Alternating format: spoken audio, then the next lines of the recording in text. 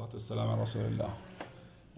هذا بلاي ستيشن يا اخوان، ما قد دخلته بيتي ودخلته اني اجرب بس. خليهم يستلوا العيال، اقسم بالله العظيم، اقسم بالله شوفوا في شهر فضيل وفي ساعة فضيلة انه سبب بلاء اولادي ودمارهم هذا الخبيث البلاي ستيشن. واللي يحب اولاده يطلع البلاي ستيشن من بيته، نصيحة لوجه الله عز وجل.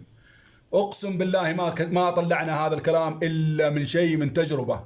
دمر الاولاد، فسد الاولاد، جاب لهم النفسيه، جاب لهم البلاء.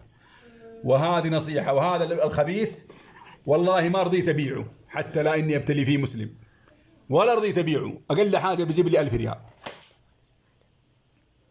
سنه والله، سنه واحده اقسم بالله دمرهم. تركوا تحفيظ القران، وتركوا القرآن، وبيفلتوا بصلاتهم، وبر الوالدين، يسب أبوه ويلعن كله بسبب الخبيث هذا، وترك مدرسته بسبب الخبيث هذا. كل دمار البيوت، نصيحة لوجه الله، كل دمار البيوت بسبب الآن البلاي ستيشن. اللي يحب أولاده لا يدخل بلاي ستيشن بيته، من يوم ما يفتح عيونه من النوم يدور البلاي ستيشن. وهذا البلاي ستيشن هو ألعن وأخبث وأوسخ شيء يدمر البيوت. اللي يبغى يدمر بيته يخلي بلاي ستيشن ببيته.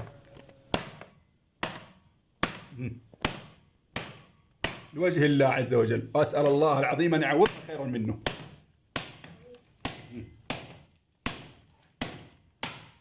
والله ما نقبله ببيت ولا أقبله.